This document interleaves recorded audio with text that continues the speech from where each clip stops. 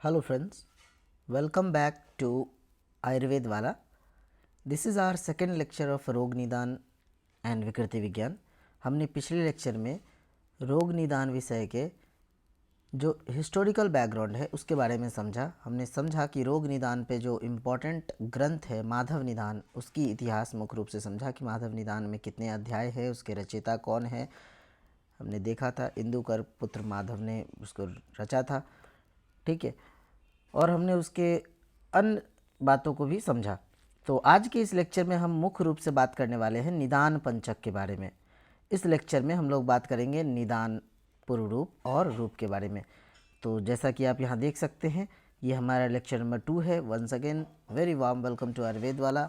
मैं हूँ डॉक्टर कुलदीप और आप देखना शुरू कर चुके हैं आयुर्वेद वाला। चलिए, तो सबसे पहले बात करते हैं निदान पंचक के बारे में। निदान पंचक जिसका वर्णन यहाँ पर मैंने जो श्लोक लिया है, ये वाग्भट मतलब वाग्भट संहिता अर्थात यहाँ पर स्टांग हृदय के निदान स्थान के पहले अध्याय का श्लोक है। क्या लिखा हुआ है? निदानम पूर्व रूपानी रूपानी उपसय तथा संप्राप्ति च इति विज्ञेयम रोगाणाम पंचधा स्मृतम। रोगों को 5 तरीके से समझा जा सकता है। क्या लिखा हुआ है इसका अर्थ समझते हैं। निदान, पूर्व रूप, रूप, उपसय और संप्राप्ति, ये 5 ऐसे अवयव है, एक 5 ऐसे अंग है जिससे रोगों को जाना जाता है। तो आज के लेक्चर में हम लोग बात करेंगे निदान, पूर्व रूप और रूप के बारे में। आने वाले लेक्चर में हम लोग समझेंगे उपसय और संप्राप्ति के बारे में।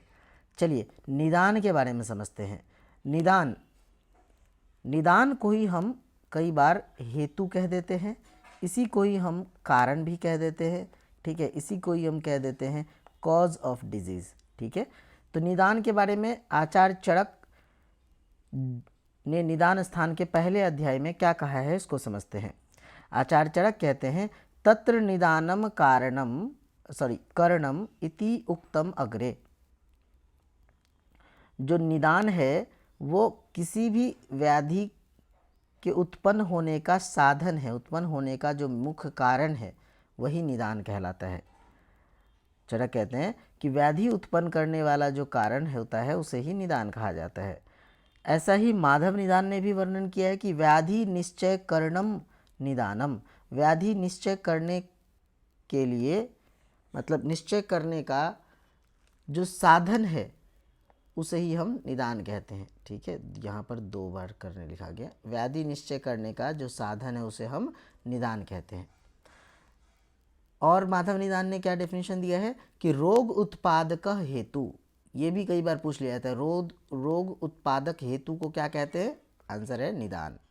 व्याधि उत्पत्ति हेतु क्या है? निदान। मतलब मुख्य रूप से एक ही डेफिनेशन है, उसको अलग अलग तरीके से बताया गया है।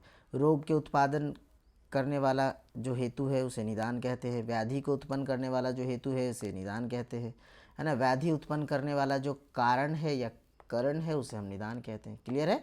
आई होप आप समझ गए होंगे निदान किसे कहते हैं, ठीक है। अब पूर्व रूप के बारे में बात करते हैं। पूर्व रूप को इंग्लिश में हम क्या कहते हैं? हम कहते हैं प्रीडॉर्मल सिम्टम्स। क्या कहते हैं? प्रीडॉर्मल सिम्टम्स, राइट। तो इसको समझते हैं क्या है। देखो, आचार्य चरक कहते हैं कि पूर्व रूपम प्राक उत्पत्ति लक्षणम व्याधे। किसी भी व्याधि में, किसी भी बीमारी के पहले उत्पन्न होने वाले लक्षण को पूर्व रूप कहते हैं। प्राक मतलब होता है पहले, यहाँ पर संधि हुआ है, ठीक है, जसत संधि हुआ है। प्राक प्लस उत्पत्ति, प्राग उत्पत्ति लक्षणम। पूर्व रूपम, पूर्व रूप क्या है? किसी भी व्याधि का या व्याधि में उत्पन्न होने वाला सबसे पहला लक्षण है। तो प्राक उत्पत्ति लक्षणम, या यूँ कहे व्याधि पूर्ण रूप से शरीर में उत्पन्न होने से पहले जो लक्षण होता है उसे हम पूर्व रूप कहते हैं।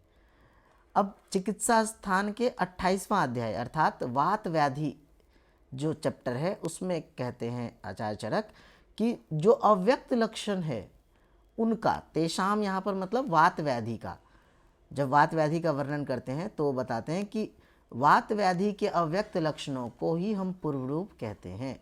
यहाँ पर क्योंकि वो अध्याय ही है वात व्याधि, इसीलिए यहाँ पर तेषाम लगा है। वही कई बार पूछ लिया जाता है, यहाँ पर अगर तस्य लगा हो तो समझ जाना वो शतक्षीण अध्याय के बारे में वर्णन किया गया है, ठीक है। तो एक बार फिर से देखो, अव्यक्त लक्षणम तेसाम पूर्व रूपम इति स्मृतम। पूर्व रूपम किसको कहते हैं? तेसा मतलब जो व्याधि नाम, व्याधियों के अव्यक्त लक्षण है उसे ही पूर्व रूप कहते हैं। क्लियर हुआ? आचार्य माधव ने 2 डेफिनेशन दिया है, ध्यान से समझो। वैसे तो उन्होंने और भी डेफिनेशन दिया है, बट जो मुख्य जो इम्पोर्टेंट डेफिनेशन है उसको मैं यहाँ पे कवर किया हूँ। और दोस्तों जो मैं आपको यहाँ पर बता देता हूँ, जो मैं आपको यहाँ पर डेफिनेशन लिख दिया हूँ, उन सभी डेफिनेशन को आपको क्या करने हैं, आपके खुद के नोट्स बनाने हैं, उसमें ये श्लोक लिखना है, और जो मैं आपको एक्सप्लेनेशन बताता हूँ उसके एक्सप्लेनेशन अपने लैंग्वेज में, चाहे आप हिंदी या मराठी या जो भी भाषा में आप पेपर लिखने वाले हो उसको आप अपने लैंग्वेज में यहाँ पर एक्सप्लेनेशन जरूर लिख लो। ठीक है, तो माधव निदान का पहला डेफिनेशन देखते हैं। भावी व्याधि बोधकमेव लिंगम पूर्व रूपम। पूर्व रूप किसे कहते हैं?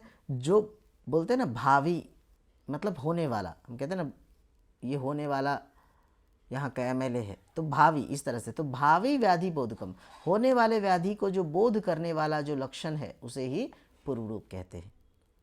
समझे? भावी व्याधि बोधकम इव लिंगम पूर्व रूपम, मतलब उत्पन्न होने वाले व्याधि के लक्षण को ही पूर्व रूप कहा जाता है। फिर एक और डेफिनेशन देखो, बहुत इंपॉर्टेंट डेफिनेशन है, इससे हर लगभग सवाल आते ही आते हैं। ठीक है, या तो एमसीक्यू में आएंगे आपको, या पीजी में, या कहीं पे भी ये पूछ लिया जाता है। माधव निदान में लिखा हुआ है कि स्थान संश्रयिनः क्रुधा भावी व्याधि प्रबोधकम दोषाः कुर्वन्ति यत् लिंगम पूर्व रूपम तत् उच्यते। इसको थोड़ा सा ना अपने समझने के लिए अलग तरीके से पढ़ते हैं। कैसे पढ़ेंगे? दोषाः क्रुधा स्थान संश्रयिनः भावी व्याधि प्रबोधकम लिंगम यत् लिंगम कुर्वन्ति तत् पूर्व रूपम उच्यते। मतलब दोष जो भी हमारे शरीर में वात पित्त कफ दोष हैं, वो क्रोधित होकर, क्रुद्ध मतलब यहाँ पर कुपित होकर जब स्थान संश्रय अवस्था को प्राप्त कर लेता है, तब उत्पन्न होने वाले व्याधि के जो अनेक प्रकार के लक्षण उत्पन्न करता है उसे ही हम पूर्व रूप कहते हैं। देखो तीनों ही डेफिनेशन में पूर्व रूप, यहाँ पे जो 4 डेफिनेशन है, चारों डेफिनेशन में लगभग एक ही बात कही गई है, लेकिन इनके कहने के, इनके श्लोक में बताने का तरीका अलग अलग है। बट ये श्लोक स्पेशल इम्पॉर्टेंट इसलिए है क्योंकि इस श्लोक में बताया गया है कि जो आचार्य सुश्रुत ने जो बताया है षट क्रियाकाल, थोड़ा ध्यान से सुनो इस बात को। षट क्रियाकाल जो होता है 6 stages of diagnosis and treatment, उसमें जो स्थान संश्रय अवस्था है मतलब चतुर्थ अवस्था, देखो पहले क्या होता है संचय अवस्था, ठीक है, दूसरा अवस्था क्या होता है प्रकोप अवस्था, तीसरा क्या होता है प्रसर अवस्था, और चौथा अवस्था क्या होता है स्थान संश्रय अवस्था। तो कह रहा है कि जो प्रकुपित हुआ व्याधि, जो माफ कीजिए जो दोष प्रकुपित होकर स्थान संश्रय अवस्था को प्राप्त कर लेता है, उस समय में होने वाले उत्पन्न व्याधि के जो लक्षणों को, या होने वाले व्याधि के जो लक्षण उत्पन्न करता है उसे ही पूर्व रूप कहते हैं। क्लियर हुआ? तो इसमें सवाल क्या पूछ सकता है कि पूर्व रूप षट क्रियाकाल के किस अवस्था में देखने को मिलता है? तो आंसर होगा 4th अवस्था या फिर स्थान संश्रय अवस्था। क्लियर है? ये भी एक इम्पॉर्टेंट सवाल बनता है। उम्मीद करता हूँ आप समझ पा रहे होंगे। ठीक है, निदान समझ में आ गया, पूर्व रूप समझ में आ गया।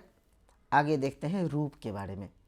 देखो चरक का निदान स्थान का पहला अध्याय हम सब जानते हैं, ज्वर निदान है पहला अध्याय, उसमें लिखा हुआ है प्रादुर्भूत लक्षणम पुनः लिंगम। अच्छा, लिंग, रूप को ना लिंग भी कहा जाता है। कह रहे हैं लिंग या रूप किसे कहते हैं? प्रादुर्भूत लक्षणम, जो मतलब पूर्व रूप अवस्था में जो लक्षण थे, जो अव्यक्त थे, वो लक्षण जब पूर्ण रूप से अब व्यक्त हो जाते हैं तो उन्हें हम रूप कहते हैं, उसे हम लिंग कहते हैं। क्लियर है? देखो पूर्व रूप अवस्था में जो अव्यक्त लक्षण थे, पूर्व रूप में भी कुछ लक्षण दिख रहे थे जिससे हमें समझ में आ रहा था कि हाँ ये व्याधि हो सकता है, ठीक है, लेकिन अब वही लक्षण अभी व्यक्त हो चुके हैं, उसे हम कहेंगे रूप, या इसे हम कहेंगे प्रॉपर सिम्टम्स। ठीक है, सिम्टम्स ऑफ डिजीज। ओके, इसी को माधव निदान ने कहा है कि उत्पन्न व्याधि बोधकम इव लिंगम रूपम। देखो इससे पहले क्या था, इससे पहले जो अपन ने देखा था पूर्व रूप, उसमें क्या था, भावी व्याधि बोधकम एवं लिंगम पूर्व रूपम। तो ये कई बार आपको एमसीक्यू या फिर फिल इन द ब्लैंक्स में पूछ लिया जाता है। यहाँ पूर्व रूपम है तो यहाँ भावी व्याधि बोधकम होगा, वही यहाँ पर रूपम है तो यहाँ होगा उत्पन्न व्याधि बोधकम, क्या होगा, रूपम। तो आज के लेक्चर में अभी तक हमने क्या पढ़ा दोस्तों, अभी तक मैंने आपको बताया निदान पंचक क्या है, पूर्व रूप क्या है, ठीक है, फिर हमने देखा रूप के बारे में।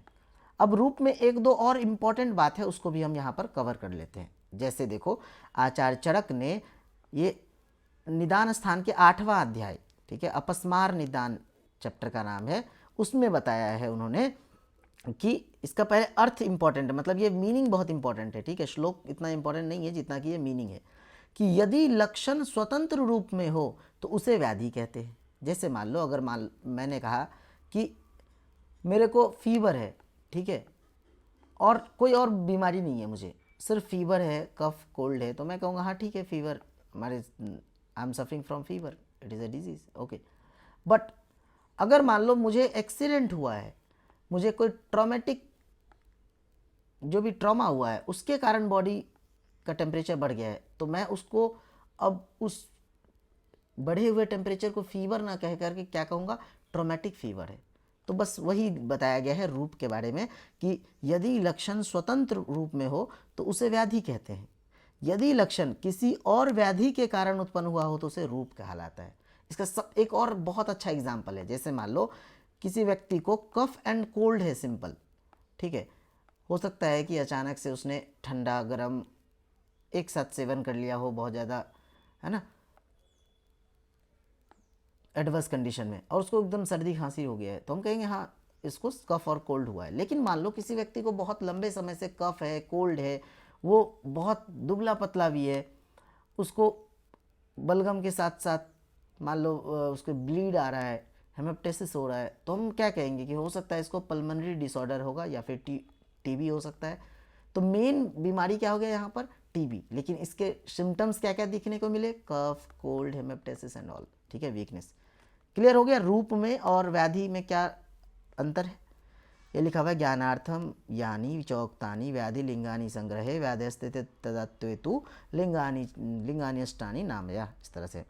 अच्छा इसके अलावा ना रूप के पर्याय बहुत पूछे जाते हैं कि निम्न में से संस्थान किसके पर्याय हैं, ऐसे पूछ लेंगे। व्यंजन किसे कहा जाता है, तो रूप को कहा जाता है। ये 4 ऑप्शन दे देंगे, रूप पुरुरूप, है ना, उपसे, ऐसे करके 4 ऑप्शन दे देंगे, सांसंश्रय वगैरह। तो आपको ये समझना पड़ेगा कि रूप के कुछ पर्याय हुए, जैसे कि पहला है संस्थान, दूसरा है व्यंजन, तीसरा है लिंग, इस रूप को ही चिन्ह कहते हैं, रूप को ही आकृति कहते हैं। तो ये सब क्या है, पर्याय दिए हुए हैं, जिसको आप एक बार जरूर अपने समझ लीजिए और अपने नोट को अपने कॉपी में नोट कर लीजिए, ठीक है। एक और सवाल, जैसे कि हमने देखा था पूर्व रूप षट क्रिया काल के कौन सा अवस्था में आता है, तो हमने देखा था स्थान संश्रय अवस्था में आता है। कौन सा अवस्था में आता है, स्थान संश्रय, जो कि चतुर्थ अवस्था है, सही है। अगला सवाल पूछा जाता है कि रूप अवस्था षट क्रिया काल के कौन से अवस्था में आता है, तो आंसर है पंचम अवस्था, दैट इज व्यक्त अवस्था में देखने को मिलता है। मतलब व्याधि का पूर्ण रूप से लक्षण कहाँ देखने को मिलता है, पंचम अवस्था, दैट इज व्यक्त अवस्था में देखने को मिलता है। उम्मीद करता हूँ दोस्तों अभी तक मैंने आपको जो भी पढ़ाया है सब अच्छे से समझा होगा। Thank you for your time. मिलते हैं हम लोग अगले लेक्चर में। Keep supporting this channel if you